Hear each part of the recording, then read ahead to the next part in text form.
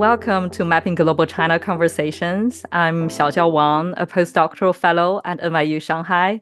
Our Mapping Global China initiative aims to deepen understanding of China's global role through comprehensive visualization of data, multimedia resources, and meaningful discussions. Today, we are honored to welcome Dr. Adhira Mangalagiri, Assistant Professor in Comparative Literature at New York University.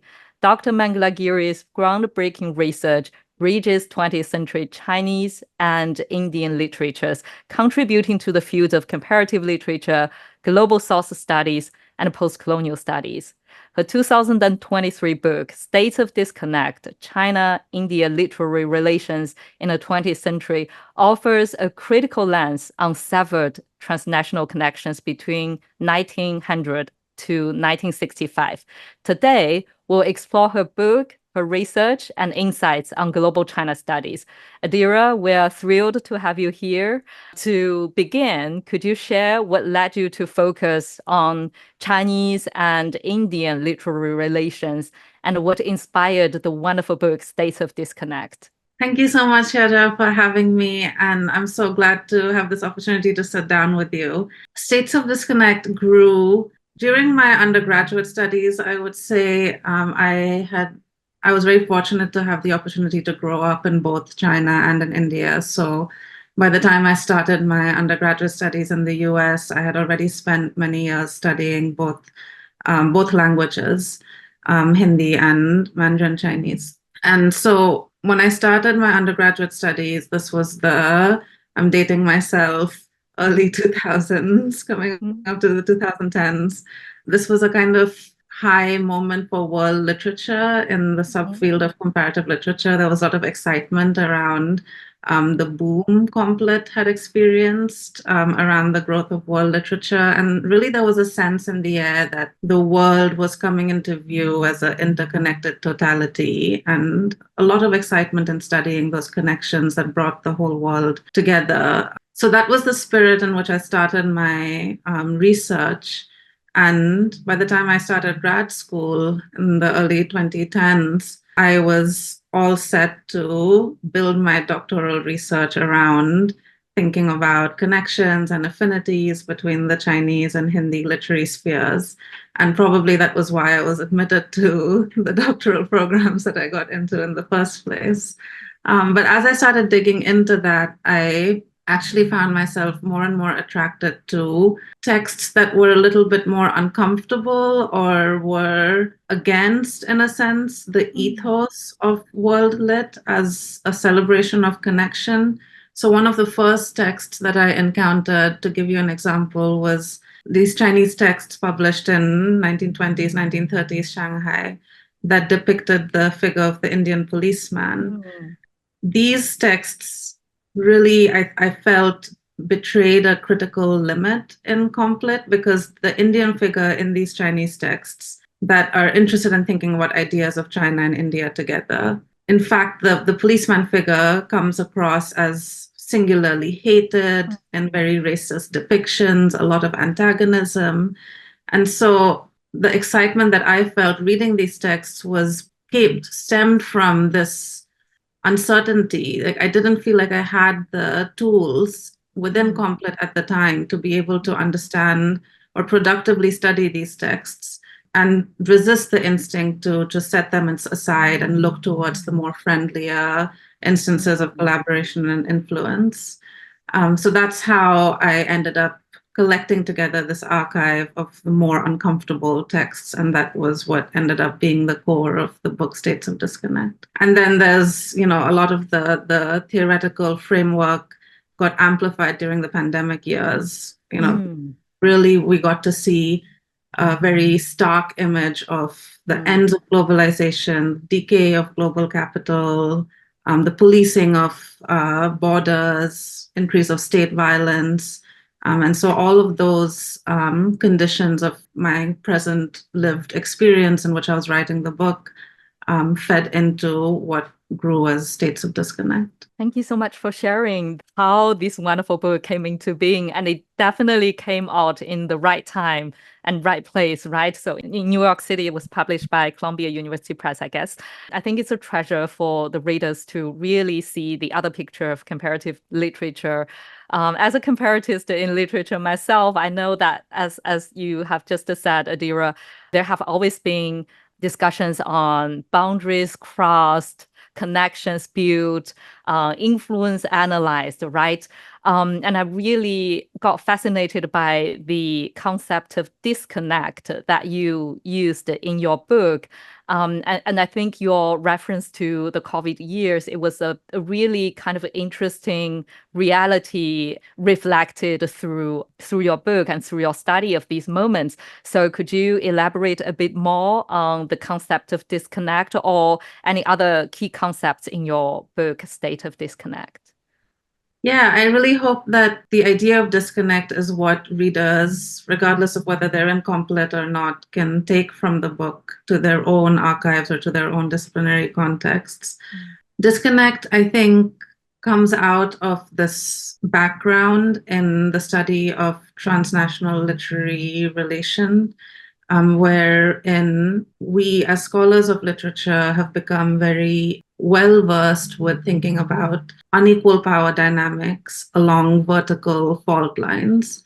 When we think about unequal power dynamics, we're used to frames like colonizer colonized or oppressor oppressed, center periphery, global north, global south, and so on. What's interesting is that when the so-called colonizer or the conventional center of power, like the global north, is temporarily bracketed or temporarily removed from view, when we're dealing with multiple colonized subjectivities or multiple Souths, we somehow tend to default to horizontal relations. So we're much more comfortable talking about multiple Souths or multiple colonized subjects in relations of affinity, solidarity, collaboration, and so on. And so disconnect is an opportunity in that kind of setting where the conventional center of power as the West or the Western colonizer is bracketed from view.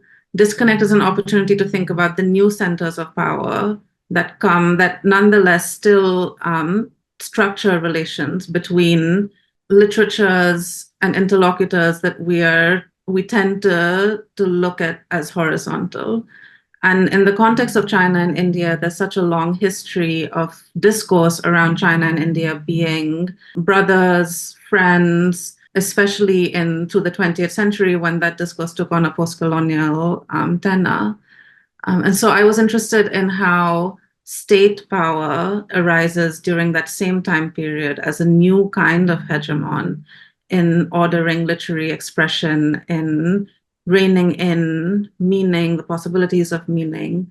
And so disconnect is a way to attend to the ways in which power inflects literary experience outside of the conventional vertical frames.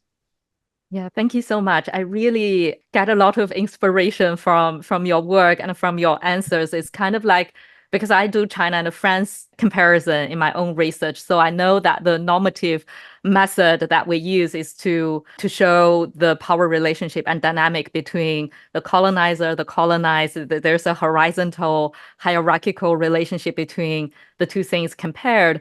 But with China and India, I like how you said there's a long history of relationships of these two countries, and then the relationship changes along the way. So it's kind of, it challenges the traditional unequal power in literary studies. And on the other hand, I like how you said about the state power, which is another kind of key player in a way, especially again during the COVID years, we see those powers playing a larger role in a globalized world. So from these two perspectives, it is really disconnect. It's really a imaginative and also creative way of looking at literary studies and comparative literature.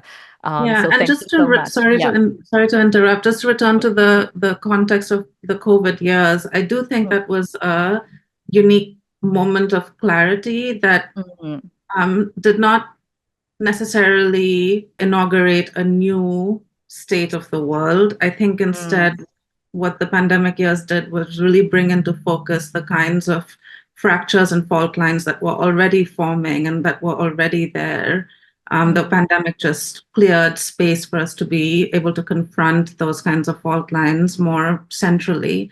And so I think disconnect takes shape in the middle of these two poles that became so clear during the COVID years. One pole is the ends of globalized habits of thought. Our interest in connectivity and an interconnected world has now, the COVID years revealed, really become discordant with our lived reality. And then the second pole is the rise of insular nationalism, state power, the kinds of border policing that became so accepted in the name of, global health that have continued past the priorities of global health. And so disconnect pivots between these two poles by trying to break complet out of globalized habits of thought and at the same time articulate an ethical position that opposes exclusionary nationalism. Thank you so much. We have already touched upon the reality and the world we are living in these days. So my next question is about, because Mapping Global China, it's a platform that not only deals with culture, but also policymaking and other aspects of globalization and global China's influence. So my next question is about how literature, because we are sometimes marginalized in discussions about how we are going to build a better world, right? But from what you have just said, we can see how you kind of use your imaginative tools and theory to really discuss the things we are experiencing during specific moments in reality. So in what ways do you believe literature can offer ethical ways to engage with national others, with states of others during times of political tensions or conflicts or uncertainties, as you just talked about? Yeah, I mean, the thing that immediately comes to mind is, of course, the war on Gaza and the powerful role that engaging with Palestinian poets has played in how we can both bear witness to and also engage in collective mourning during this really traumatizing time.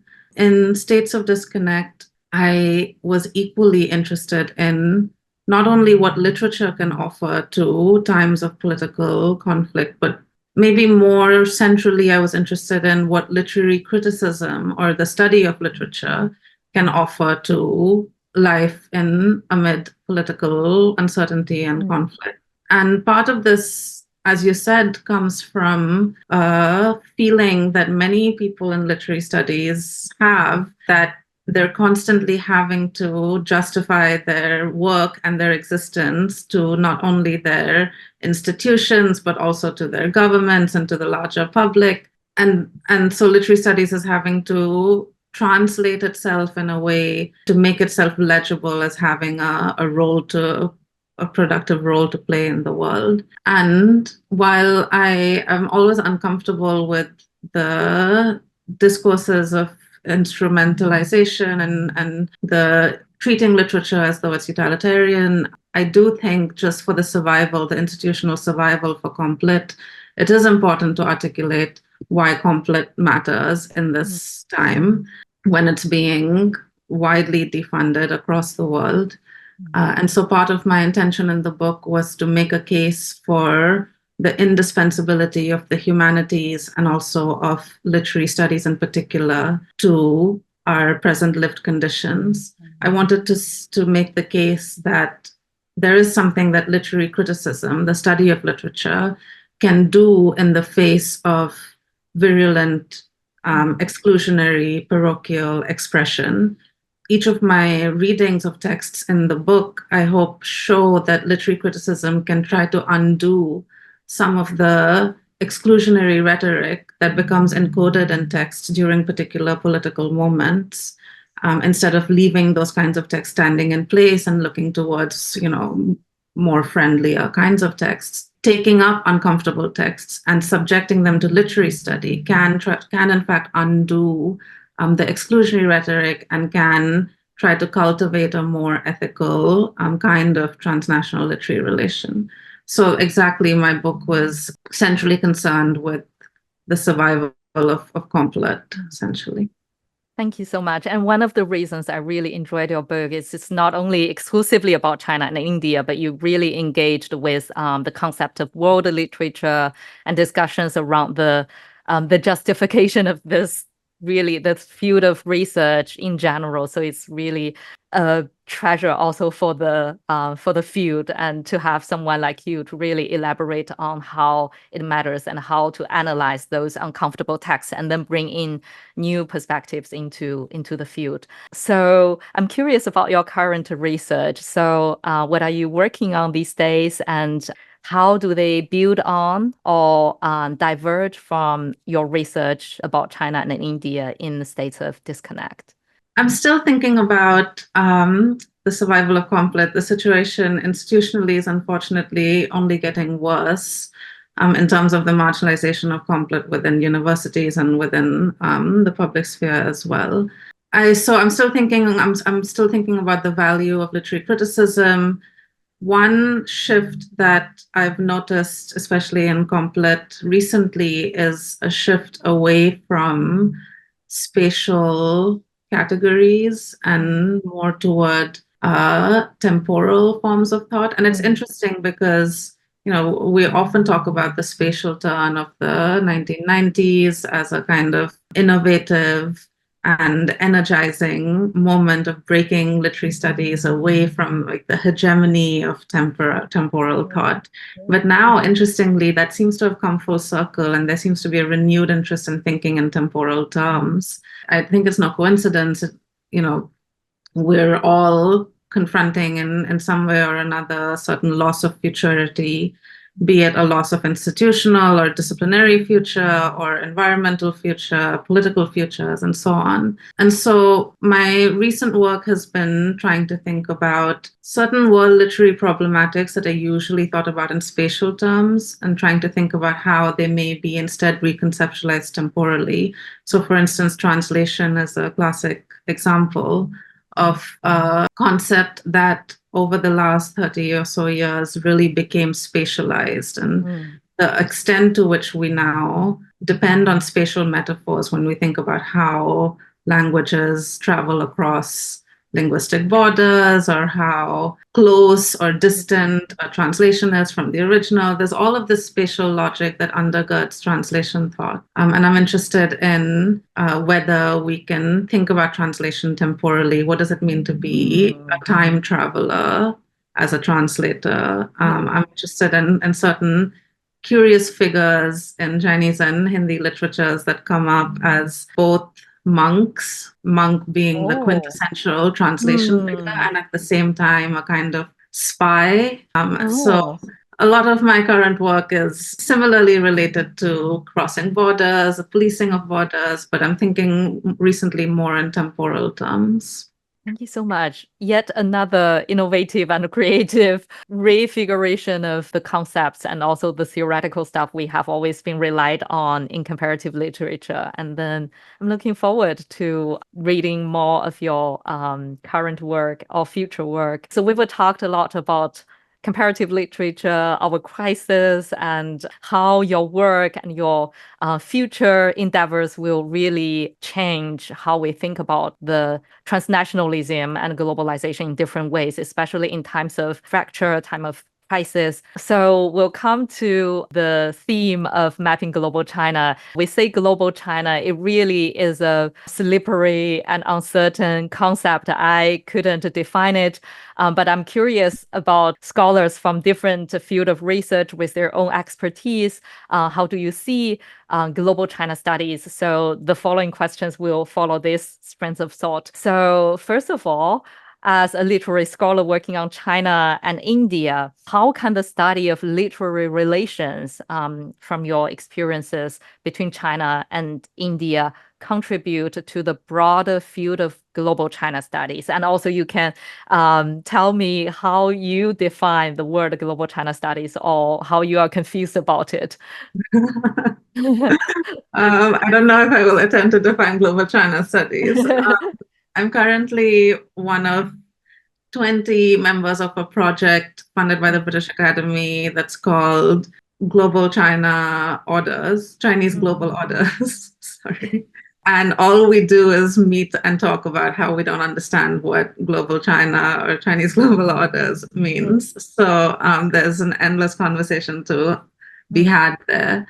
I do think that the term, even given its semantic ambiguity, I think the term is useful in understanding shifts in both the Chinese academy and also in how China is studied in other academies. So disciplinarily or intellectually, I think the term is useful to map certain trends. And you know well from your work on the Mapping China project how central BRI and movements of capital have proved to shaping what global China studies looks like in different academic contexts. In terms of what the China-India pairing can maybe offer to global China studies, I think thinking about China and India together helps maybe break out of some categories that we conventionally rely on, like categories of colonized or colonized, or even something like third world, second world, or ideas of democracy. I think pairing together China and India really exposes how inadequate those categories are to think about China and India together, and how China and India over time, thinking about China and India historically, shows how neither has ever really fit very comfortably in one or another of those categories. And global North, global South is another pairing that the China-India pairing disrupts. So yeah, I'm interested in how the China-India pairing can unsettle some conventional critical habits. And also, I think importantly, bring into conversations in global China studies questions of state violence, the treatment of minorities, systemic inequities, Islamophobia, things like that. Yeah, that's really interesting because we really need to have more voices to pair China and India, China and other third world countries that the relationship is more complicated than the oppressed and the oppressor, right? The original and more conventional structures. And I'm also curious about the key challenges that you have faced or you witness other people facing in their research while they are studying transnational literary or transnational cultural relationships, especially at these moments and at the context marked by political tensions and conflicts, or in other kind of contexts that pose threats on these kind of research and scholarship.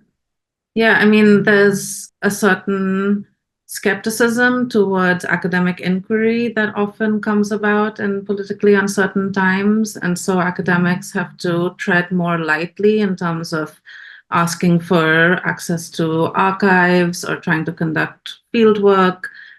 There's often increased barriers to access that come about. I think foreign scholars accessing Chinese archives is now finally starting to loosen a bit, and that's really, really great. But for a long period there during the pandemic years, and even a little bit before that, it became nearly impossible to gain access to any archives. But it's also the case, as I said earlier, that the kinds of border policing policies that went into place under the name of public health during the pandemic have still continued. For instance, Chinese citizens are still not being granted, Chinese citizens are still not being granted visas to travel to India. So these kinds of restrictions on mobility, I think, make a big difference in the kind of research that one is able to conduct. But even beyond that, there's questions of censorship or self-censorship. A lot of the content of my book is considered sensitive in many state-sponsored contexts. So I have to kind of pick and choose which parts of the book I can talk about depending on who has invited me to talk about it. That kind of thing, I'm sure people face in all different degrees of variation, given their areas of specialty. And then one last thing is that outside of this conflict between the academic work and realpolitik or something like that, even within the academic world, I've noticed a kind of increase in gatekeeping around who gets to say what about, say, China. Academics have started, unfortunately, to almost start policing the boundaries of knowledge, who gets to hold what knowledge, who gets to say what. And that kind of insularity, I think, has bled into even academic work, which I really hope can change in the future, because I think it really does stifle creativity. Yeah.